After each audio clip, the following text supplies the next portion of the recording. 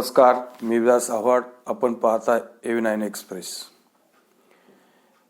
मित्रांनो, मराठा समाजाचं आरक्षणाचं जे काही आंदोलन आपण जवळजवळ 4-5 महिन्यापासून राज्यामध्ये बघत होतो.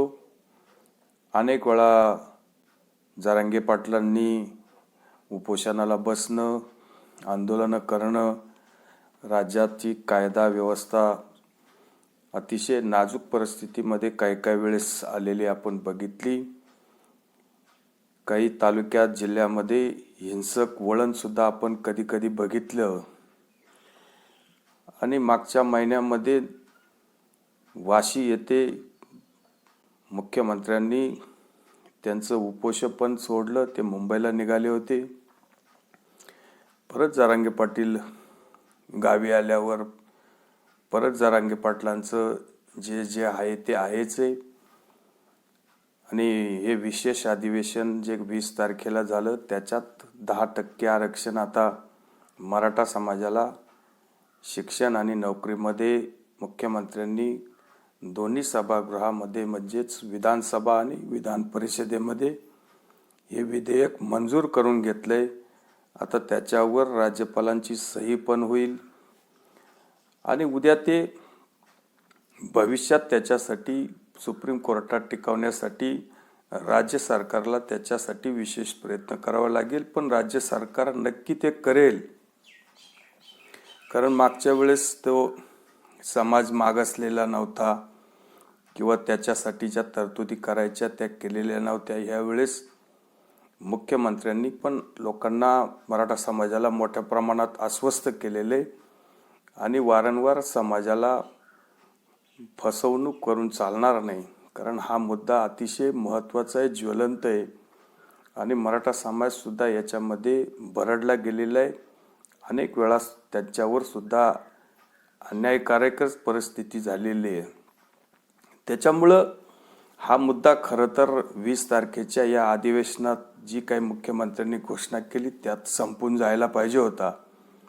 पण केवळ जरांगे पाटलांच्या हेकेखोरपणामुळं आणि सगळे सोयरे, आता त्यातही आपण स्पष्ट केले की मुख्यमंत्र्यांनी सांगितले की 6 लाख हरकती आल्या, त्या तपासावं लागेल, मुख्यमंत्र्यांना वेळ द्यावा लागेल किंवा त्या हरकती तपासण्यासाठी मनुष्यबळ लागतं, त्यातल्या काय तरतुदी आहे, काय लोकांच्या हरकती आहे, या सगळ्या गोष्टी तपासल्या नाही तर सुप्रीम कोर्टात उद्या त्या हरकती आल्या आणि त्या तपासल्या नाही म्हणून जर हे दिलेलं जे काही आरक्षण आहे राज्य सरकारने ते सुद्धा सुप्रीम कोर्ट रद्द करू शकतं.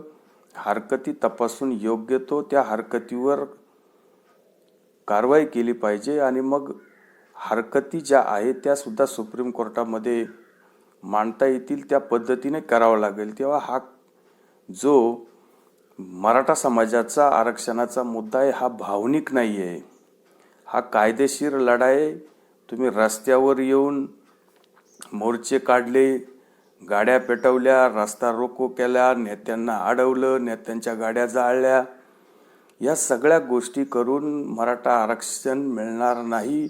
मराठा समाजाला कायदेशीर गोष्टीतूनच जावं लागेल आणि वारंवार अशा प्रकारचे आंदोलनं, उपोषणं करून कुठलाही फायदा मराठा समाजाला होणार नाही. ही गोष्ट मराठा समाजाच्या नेत्यांनी, कार्यकर्त्यांनी आणि मराठा समाजाच्या लोकांनी पण लक्षात घेतली पाहिजे. आणि वारंवार अशा प्रकारच्या हेकेखोरपणेमुळे मराठा समाजाचं मोठं नुकसान पण होऊ शकतं. खरं तर मनोज जरांगेंनी या गोष्टीवर विचार करायला पाहिजे होता. तात्काळ हे उपोषण पाठीमागे घ्यायला पाहिजे होतं, आनंद व्यक्त करायला पाहिजे होता. तसं केलं नाही. आणि मग आता हे जेव्हा जरांगे पाटलांचा हेतू याच्यामध्ये काही गोष्टी स्पष्ट होतात आणि मग जरांगे पाटलांवर जेव्हा ज्यांच्याबरोबर जरांगे पाटलांबरोबर काम करणारे जे काही हरिभक्त पारायण अजय महाराज बारसकर हे त्यांच्याबरोबरच काही दिवसापासून काम करत होते, त्यांना कायदेशीर तरतुदी समजावून सांगत होते, त्यांना ड्राफ्ट लिहून द्यायचे, त्यांच्याबरोबर पूर्ण वेळ ते काम करत होते. जरांगे पाटलांच्या पूर्ण वेळापत्रकाचा अभ्यास किंवा हे सगळं कायदेशीर काम आणि रोजचं नियोजन ह्या सगळ्यामध्ये अजय बारसकर यांचा मोठा सहभाग होता. त्यांनी बरोबर रात्रंदिवस काम केलेले. आता त्यांचं असं म्हणणं आहे की जरांगे पाटील हा हेकेखोर अतिशय शातीर माणूस आहे आणि जरांगे पाटील हा कधी कोणाशी मीटिंग घेतो, कधी कोणाशी काय बोलतो हे कोणाला सांगत नाही आणि जरांगे नेहमी श्रेयासाठी लढतो. जरांगेंच्या भरोश्यावर मराठा समाजाचं मोठ्या प्रमाणात वाटोळं होईल. त्यामुळं जरांगेंनी आता ह्या सगळ्या गोष्टी समाजापुढे आणल्या पाहिजे. बऱ्याचशा क्लिप त्यांच्याकडे ऑडिओ पण आहे असं त्यांनी स्पष्ट म्हटले. आणि जरांगेंना अजिबात अक्कल नाही अशा पद्धतीने सुद्धा अजय बारसकरने आपल्या मुलाखतीत किंवा पत्रकार परिषदेत म्हटले. एखाद्या माणसाला अर्धवट ज्ञान असलं तर समाजाचं वाटोळं होईल. त्यांनी पुढे जाऊन असं म्हटलं, जर मी बसमध्ये प्रवास करीत असेल आणि मला जर समजलं काही किलोमीटर मी बसमध्ये प्रवास केला आणि मला जर समजलं की बसचा ड्रायव्हर दारू पिलेला आहे, तर मी ते पाहत राहणार नाही. मी बोंब मारली पाहिजे, कारण बसमध्ये जर 50 लोक असतील तर त्यांचा जीव पण आपण वाचवला पाहिजे. त्याच्यासाठी मी बोंब मारली पाहिजे आणि बसमधून सर्वांना खाली उतरवलं पाहिजे. मी उतरलं पाहिजे, सर्वांचे प्राण वाचले पाहिजे. तसंच हे आंदोलन आहे. या आंदोलनाचा जो कुणी मोहरक्या आहे किंवा जो संयोजक आहे, ज्यांच्या जीवावर ज्या भोळ्या समाजाने विश्वास ठेवलाय, जरांगे पाटील विश्वासघात करतात ते. आणि जर आपल्याला समजलं की जरांगे पाटील हे आंदोलन आता खड्ड्यात नेऊन टाकतील तर आपण बोंब मारली पाहिजे. म्हणून जरांगेंना उघडं करण्यामध्ये अजय बारसकरांनी सांगितलं की जरांगे हा अतिशय शातीर माणूस आहे आणि जरांगेला बोलण्याची कुठली तमीज नाही, अक्कल नाही. नेहमी घाणेरड्या शब्दामध्ये बोलत असतात आणि अक्षरशः शिवाजी महाराजांच्या पुतळ्याच्या खाली यांचं जे काही व्यासपीठ आहे, स्वतःला एकदम पवित्र व्यासपीठ असं समजतात आणि घाणेरड्या शब्दात नेहमी बोलत असतात. समोर स्त्रिया, महिला, आबाल, वृद्ध, अतिशय तरुण स्त्रिया, तरुण मुली असतात. पाठीमागे सगळं लाईव्ह चालू असतं, भोंगे असतात. आणि अशा ठिकाणी त्यांना जेव्हा कोणी अधिकारी भेटायला येतात, महिला भेटायला येतात, अशा वेळेस हा माणूस अक्षरशः गोधडीमध्ये लोळत असतो आणि वरिष्ठ अधिकारी येतात, त्यांच्याशी बोलण्याची याची भाषा काय. हा म्हणतो, पत्रकार विचारतात कोणत्या रस्त्याने जाणार, हा म्हणतो डांबरीहून जाणार. हे उत्तर आहे. एक तर याला अक्कल नाही तर हा लोकांना फसितो. याचे दोनच उत्तर आहेत. तिसरं उत्तर नाही. हा प्रचंड शातीर माणूस आहे, कितीतरी शातीर. याला माहिती आहे टीआरपी कशी मिळेल. शिव्या दिल्या का? त्या दिवशी आम्ही गेलो, छत्रपती शिवाजी महाराजांचा पुतळा पाठीमागे लावलेला आहे. महिलांच्या बद्दल कसं बोलावं, हा अशीच असती सुंदर आमची आई. शिवाजी महाराज ही संस्कृती ना, त्यांनी शिकवलं ना. मागं पुतळा आहे ना शिवाजी महाराज तुझ्या. काय म्हणतात, शत्रूच्या स्त्रीला सुद्धा आईचा दर्जा शिवाजी महाराजांची ही शिकवण आहे. आणि ते मधुकर आर्दड कमिशनर समोर बसलेले आहेत. हा लोळतोय आमच्या ग्रामीण भाषेत लोळतोय. अहो, तुमच्या घरी पाहुणे आल्यावर तुम्ही आजारी जरी असलं असं उठून तर बसताना. इतकी तरी माणुसकी असते ना आपल्यात. खरं बोला. हा लोळतोय तिथं असा. आणि ते कमिशनर बिचारे बसले तिथं आणि ते कमिशनर ते म्हणले काय, आणि काय सुरू केलं, तुझ्या आईचा मी बोलणार नाही पुढं. टिंब टिंब टिंब टिंब. का रे जरांगे, ही संस्कृती आहे का? तुझ्या आईबापांनी तुला हे शिकवलं का? ते जे आर्दड नावाचे जे अधिकारी आहेत ते बी मराठा समाजाचे आहेत ना. हा, शेतकऱ्याच्या घरातले आहेत ना. तिने काहीतरी अभ्यास केला असेल, तिने काहीतरी पुस्तकं वाचली असतील. हा, ते कष्टातून अधिकारी झाले आणि त्यांना तू शिव्या घालतो. जेव्हा सरकारी अधिकारी मंत्रालयातून जरांगे पाटलांना भेटायला येतात, कुणी अधिकारी असतील, कुणी कलेक्टर असतील, पोलीस अधिकारी असतील, प्रत्येक गोष्टीमध्ये जरांगे पाटील हा एकदम चायला मायला करत असतो. याला त्याला म्हणजे शिव्याच देत असतो. या शिव्या अक्षरशः आपल्याला यूट्यूबवर किंवा आपल्या चॅनलवर घेता येणार नाही. बरं, एखादी गोष्ट आपण म्हणू शकतो की जरांगे पाटील अशिक्षित आहे, जरांगे पाटलींचं शिक्षण झालं नाही, त्यांच्या बोली भाषामध्ये असं काही येत असेल, पण वारंवार जेव्हा तुम्ही चुका करतात, अशा प्रकारचं तुम्ही मीडियामध्ये हायलाईट करण्यासाठी तुम्ही जेव्हा वारंवार घाणेरड्या शब्दात जेव्हा बोलतात, तर ह्या गोष्टीचा विचार केला पाहिजे. आणि पत्रकार सुद्धा लाईव्ह ती गोष्ट दाखवतात. या गोष्टीतून लोकांनी कुठला संदेश घ्यायचा आणि निवळच आपलं हेकेखोरपणा दाखवायचा, कुठल्या तरी रोज एक मीटिंग करायची, दुसऱ्या दिवशी ती कॅन्सल करायची, ह्या हॉटेल मीटिंग, त्या हॉटेल मीटिंग, याला भेटला त्याला भेटला, 15 मिनिटं फोन चालला, 10 मिनिटात सांगितलं की 10 तारखेला हे करायचंय, नंतर सांगितलं की मी आत्ताच उपोषणाला बसतोय आणि मी उपोषणाला बसलोय, पुढचं बोला. लोकांना भाकरी थापायला लावायच्या, याला भाकरी थापायला लावायच्या. अरे जरांगे पाटलांचं काय सगळं काय मराठा समाज काय नौकर आहेत का? रोज उठून फक्त जरांगे पाटील तुम्ही या, अर्धे या, रात्री या, बेरात्री या, मग आता उपोषण करायचे, मी लगेच रस्ता रोको करतो, महाराष्ट्र लगेच सगळा पेटवायचा आहे, समाजाने यावं.